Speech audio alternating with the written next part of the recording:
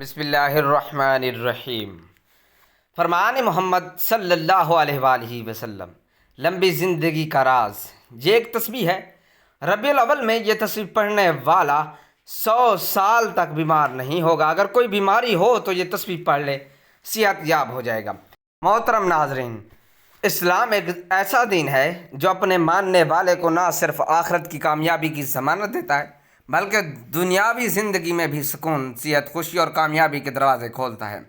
ہمارے نبی کریم محمد صلی اللہ علیہ وآلہ وسلم نے اپنی پوری زندگی میں ہمیں ایسے نیک اعمال اور ایسے وظائف عطا فرمائے ہیں جو انسان کی زندگی کو کامیاب، بابرکت اور طویل بنا دیتے ہیں۔ یہ حقیقت کسی سے پوشیدہ نہیں کہ ہر انسان دنیا میں لمبی عمر، صحت مندی اور بیماری سے بچاؤ کی خواہش رکھتا ہے، لیکن حقیقت یہ ہے کہ لمبی زندگی اور اچھی صحت کا راز صرف دواؤں، علاج یا دنیاوی تدابیر میں نہیں بلکہ اللہ تعالیٰ کے ذکر، تسبیحات اور نبی کریم صلی اللہ علیہ وآلہ وسلم کے بتائے ہوئے اذکار میں پوشیدہ ہیں۔ ربیع الاول کا مہینہ تو ویسے ہی سراپا نور ہے۔ یہ وہ مہینہ ہے جس میں کائنات کے سب سے عظیم محسن حضرت محمد صلی اللہ علیہ وآلہ وسلم کی ولادت ہوئی۔ اسی مہینے کی برکتوں میں سے ایک یہ بھی ہے کہ جو مسلمان اس مہینے میں اللہ تعالیٰ کا ذکر، درود شریف اور مخصوص تسبیحات کو اپنی زندگی کا حصہ بنا لیتا ہے، اللہ تعالیٰ اس کی عمر میں برکت عطا فرماتا ہے، اس کے جسم کو بیماریوں سے محفوظ رکھتا ہے، اور اگر پہلے سے بیماری ہو تو صحت عطا فرماتا ہے۔ نبی کریم صلی اللہ علیہ وآلہ وسلم نے فرمایا، اللہ تعالیٰ کے نزدیک سب سے پسندیدہ وہ عمل ہے جو مسلسل کیا جائے، چاہے وہ کتنا ہی چھوٹا کیوں نہ ہو۔ اسی فرمان سے یہ حقیقت واضح ہو جاتی ہے کہ تسبیح، ذکر اور دعاؤں کی طاقت وہ ہے جو انسان کی پوری زندگی کو بدل سکتا ہے۔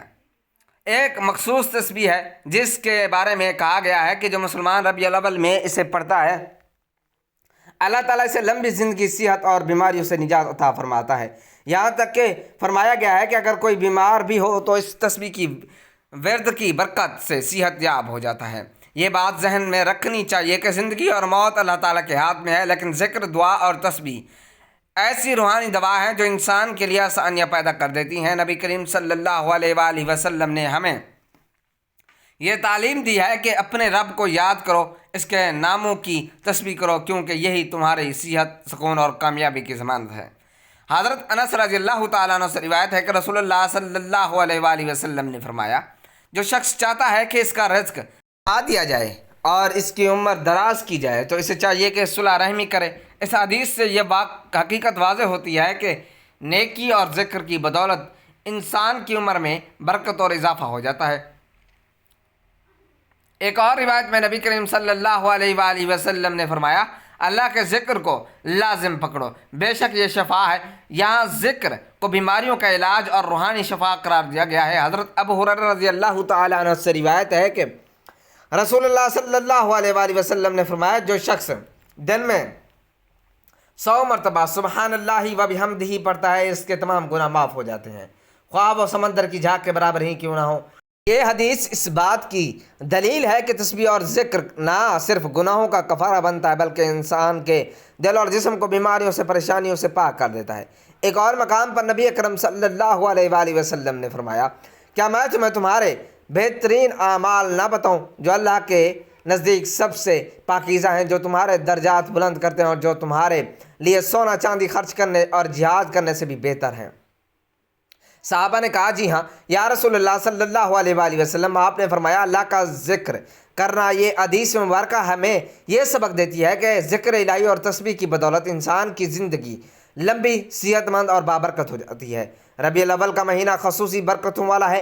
اس مہینے میں اللہ تعالیٰ اپنے بندوں کے دلوں پر سکون اور اپنی رحمتوں کا نزول فرماتا ہے۔ اگر کوئی مسلمان اس مہینے میں ذکر الہی کو اپنی عبادت بنا لے تو یہ اس کی زندگی کے ہر شعبے میں کامیابی کی ضمانت ہے۔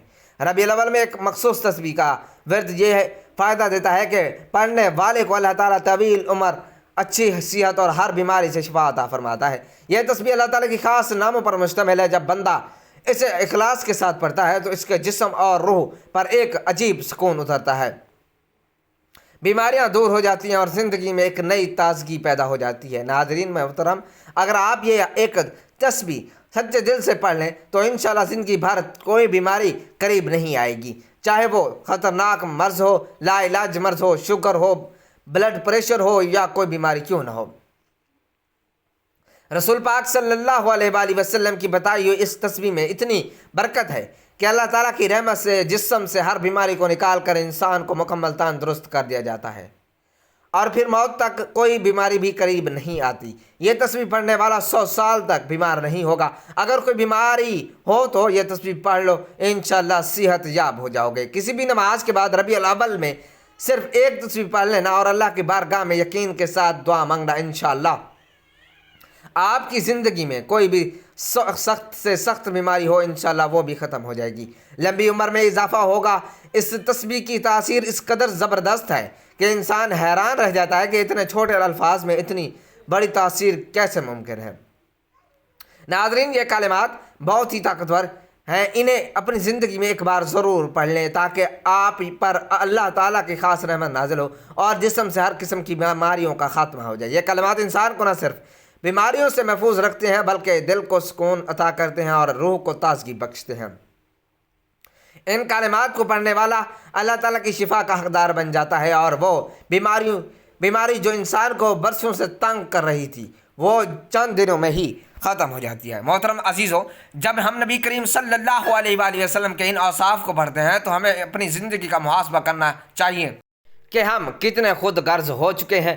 ہم ذرا سی بات پر لڑ پڑتے ہیں، ذرا سا مال آنے پر فخر میں آ جاتے ہیں، اور جب نعمتیں کم ہو جائیں تو شکوے شروع ہو جاتے ہیں۔ لیکن نبی کریم صلی اللہ علیہ وآلہ وسلم نے تو ساری زندگی ایک معمولی بستر پر گزار دی، اور ایک روایت میں آتا ہے کہ حضرت عمر رضی اللہ تعالی عنہ جب نبی اکرم صلی اللہ علیہ وآلہ وسلم کے حجرہ مبارک میں داخل ہوئے، آپ صلی اللہ علیہ وآلہ وسلم ایک کھجور کی چٹائی پر آرام فرما رہے تھے، اور اس کے نشان آپ کے جسم مبارک پر نمایاں تھے۔ یہ دیکھ کر حضرت عمر رضی اللہ تعالیٰ عنہ کی آنکھیں نم ہو گئی۔ عرض کیا، یا رسول اللہ، کیسر و کسرا ریشمی بستروں پر ہیں اور آپ صلی اللہ علیہ وآلہ وسلم جو کہ رحمت للعالمین ہیں اس چٹائی پر آرام فرما رہے ہیں۔ آپ صلی اللہ علیہ وآلہ وسلم مسکرا کر فرماتے ہیں، عمر، کیا تم یہ نہیں چاہتے کہ ان کے لیے دنیا ہو اور ہمارے لیے آخرت ہو؟ ناظرین، یہی وہ سبق ہے جسے ہمیں اپنی زندگی کا حصہ بنانا چاہیے۔ ہم دنیا کے مال پر نہ اترائیں، نہ کسی کو حقیر جانیں، نہ کسی سے بے رخی کریں، بلکہ عاجزی اختیار کریں، شکر کریں، قناعت کریں اور محبتیں بانٹیں۔ عزیزو، اگر نبی کریم صلی اللہ علیہ وآلہ وسلم بھوکے رہ کر بھی مسکراتے تھے تو ہمیں بھی اپنی چھوٹی چھوٹی محرومیوں پر شکایت نہیں کرنی چاہیے۔ اگر نبی کریم صلی اللہ علیہ وآلہ وسلم نے کبھی کسی سے بدلہ نہیں لیا تو ہمیں بھی معاف کرنے کی روشنی بنانی چاہیے۔ اگر نبی کریم صلی اللہ علیہ وآلہ وسلم نے سب سے زیادہ دوسروں کی فکر کی ہے تو ہمیں بھی دوسروں کے لیے جینا سیکھنا چاہیے۔ یہی سیرت طیبہ ہے، یہی اصل مقام ہے، یہی اصل عشق ہے۔ ہم نبی کریم صلی اللہ علیہ وآلہ وسلم کی زندگی کو پڑھیں، سمجھیں اور اپنائیں۔ ارشاد فرمایا کہ میرا دنیا سے کیا تعلق؟ دنیا میں میری مثال تو اس مسافر جیسی ہے جو تھوڑی دیر کے لیے کسی درخت کے سائے تلے ٹھہرتا ہے، اسے چھوڑ کر اپنا راستہ لے لیتا ہے۔ بھائیوں اور بہنوں، اگر ہم رسول اللہ کی حیات طیبہ پر نظر ڈالیں تو معلوم ہوتا ہے کہ آپ کی زندگی ہر پہلو سے سادگی کی تصویر تھی۔ آپ نے نہ صرف اپنی زندگی سادگی سے گزاری ہے بلکہ اپنے صحابہ کی تربیت بھی اس انداز میں کی کہ دنیا کی بے وقتی کو خوب واضح کیا۔ آئیں دیکھیں کہ اللہ کے رسول صلی اللہ علیہ وآلہ وسلم نے صحابہ کرام کی کیسے تربیت فرما رہے ہیں۔ حضرت جابر رضی اللہ تعالیٰ عنہ فرماتے ہیں کہ حضور نبی کریم صلی اللہ علیہ وآلہ وسلم مدینے سے آتے ہوئے بازار سے گزرے۔ آپ کے ارد گرد بہت سے صحابہ کرام تھے۔ آپ ان کے ہمراہ تشریف لے جا رہے تھے کہ راستے میں ایک بکری کا مرا ہوا بچہ پڑا تھا۔ اس کے کان چھوٹے تھے۔ آپ نے اس کے کان پکڑ کر فرمایا، ساتھیو، تم میں سے کون ہے جو اسے 1 درہم میں لینے پر راضی ہو؟ صحابہ نے عرض کیا، یا رسول اللہ، 1 درہم تو بہت بڑی بات ہے، ہم تو 1 پیسے میں بھی لینے کو تیار نہیں، اور اسے لے کر بھی کریں گے کیا؟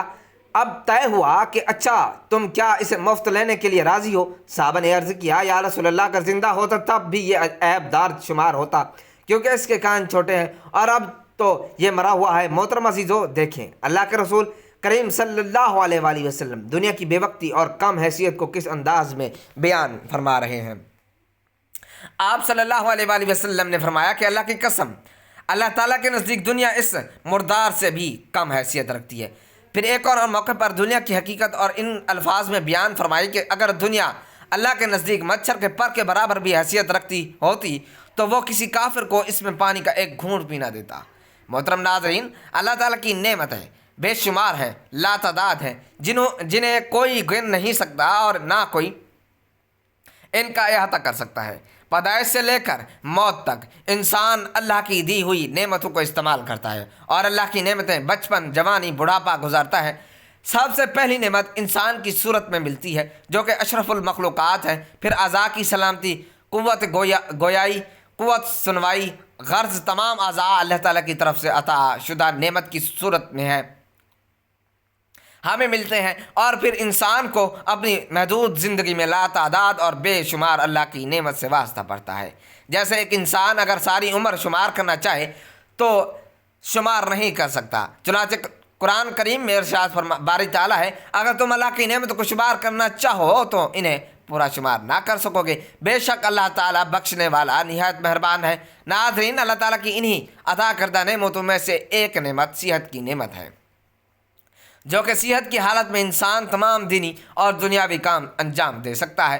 اسی نعمت کی وجہ سے سکون کی زندگی گزارتا ہے، اطمینان قلب کے ساتھ رہتا ہے، مگر ہمارے معاشرے میں خاص طور پر صحت کی نعمت کی قدر نہیں کی جاتی۔ مسلمان پر ضروری ہے کہ وہ صحت کی نعمت پر اللہ کا شکر ادا کرے اور صحت کی حالت میں اعمال صالح پورے جذبے کے ساتھ انجام دے اور ناقدری سے اپنے آپ کو بچائے، جیسا کہ نبی کریم صلی اللہ علیہ وآلہ وسلم کا ارشاد ہے۔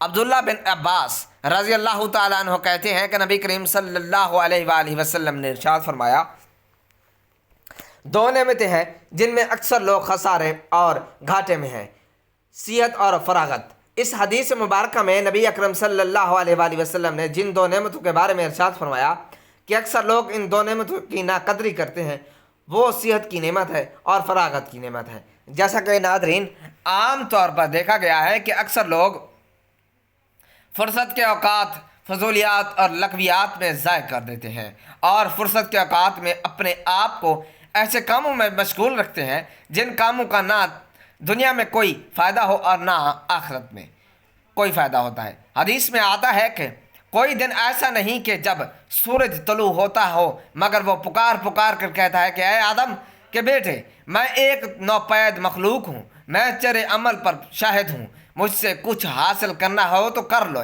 میں قیامت تک لوٹ کر نہیں آؤں گا۔ اور دوسری حدیث میں ہے کہ نبی کریم صلی اللہ علیہ وآلہ وسلم فرماتے ہیں کہ آدمی کے اسلام کی خوبی یہ ہے کہ وہ فضول چھوڑ دے، اور دوسری چیز جس کے بارے میں نبی کریم صلی اللہ علیہ وآلہ وسلم نے فرمایا کہ اس کی اکثر لوگ ناقدری کرتے ہیں۔ ناظرین، وہ صحت کی نعمت ہے۔ صحت کی ناقدری اس طرح ہوتی ہے کہ صحت کے زمانے میں اگر آدمی کوشش کرے تو وہ اللہ تبارک و تعالیٰ کے خوب عبادت کر سکتا ہے، ذکر و اذکار کر سکتا ہے، تسبیحات کر سکتا ہے اور قرآن کریم کی تلاوت کر سکتا ہے، اعمال صالح میں اور نیک کاموں میں اور عبادات میں خوب مجاہدہ کر سکتا ہے۔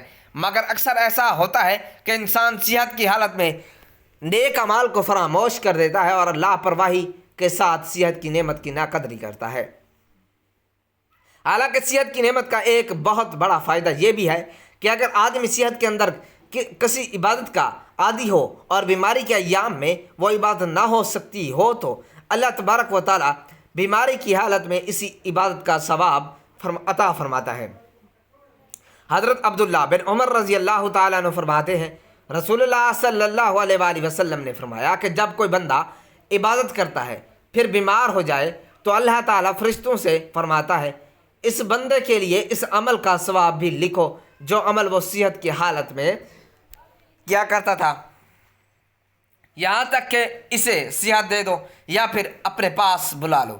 اور حضرت شفیق رحمۃ اللہ علیہ فرماتے ہیں، حضرت عبداللہ بن مسعود رضی اللہ تعالیٰ عنہ بیمار تھے، ہم لوگ عیادت کے لیے حاضر ہوئے تو حضرت ابن مسعود رضی اللہ تعالیٰ عنہ رونے لگے، ہم نے آپ کو تسلی دی تو آپ نے فرمایا کہ میں بیماری سے پریشان ہو کر نہیں رو رہا ہوں، اس لیے کہ میں نے رسول اللہ صلی اللہ علیہ وآلہ وسلم سے سنا ہے کہ بیماری گناہوں کے لیے کفارے کا ذریعہ ہے، اس لیے بیماری سے پریشان ہونے کی ضرورت نہیں۔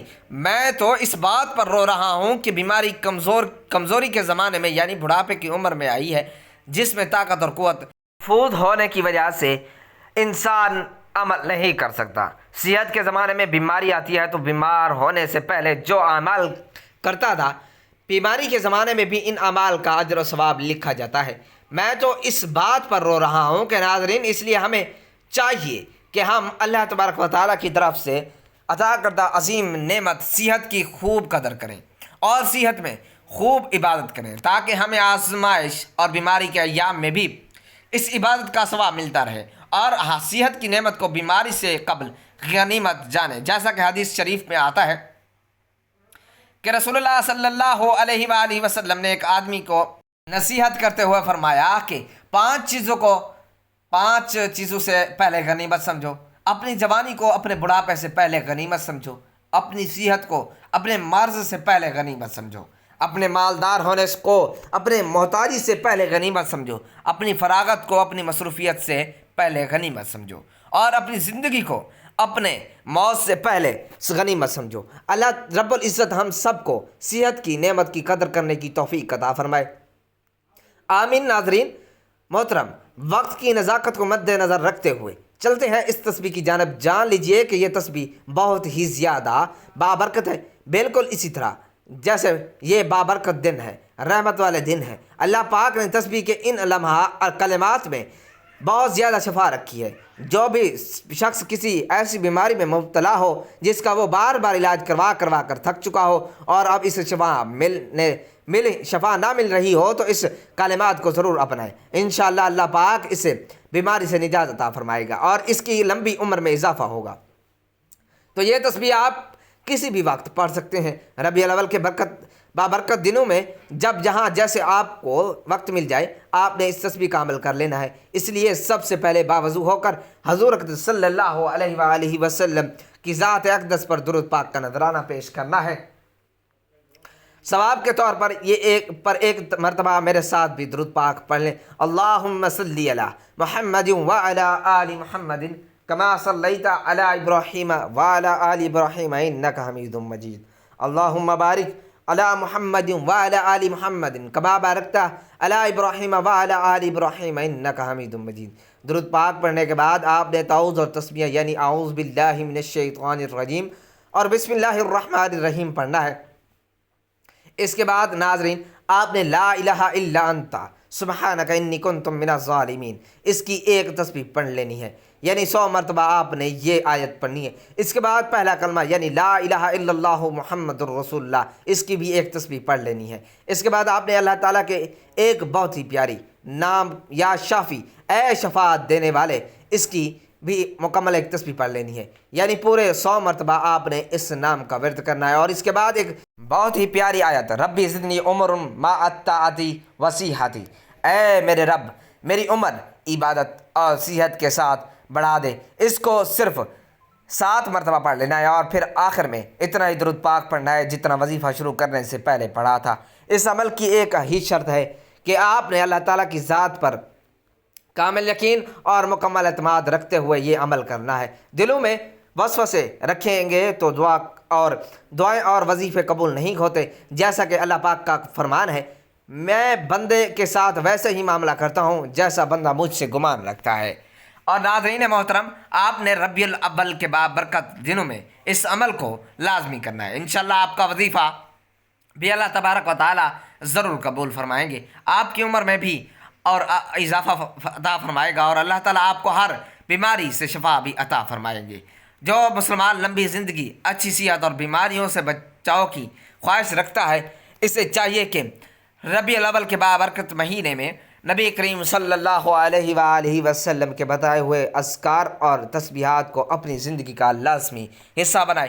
نہ صرف ایک وظیفہ یہ تسبیح نہیں بلکہ اللہ تعالیٰ کی رحمت کو اپنی طرف کھینچنے کا ذریعہ ہے۔ رب العزت سے دعا ہے کہ نیکی کی بات کو سننے سمجھنے اور اس پر عمل کرنے کی طاقت اور توفیق مرحمت فرمائے۔ میرا سنانا اور آپ کا سننا اپنی پاک بارگاہ الہی میں قبول و منظور فرمائے، آمین یا رب العالمین۔ اپنے رزق میں برکت، وسعت اور کشادگی کے لیے اللہ تعالیٰ کے 99 ناموں میں سے ایک نام لکھ کر کمنٹ سیکشن میں ضرور شیئر کریں۔ اللہ تعالیٰ ہم سب کا حامی و ناصر ہو، آمین، جزاک اللہ۔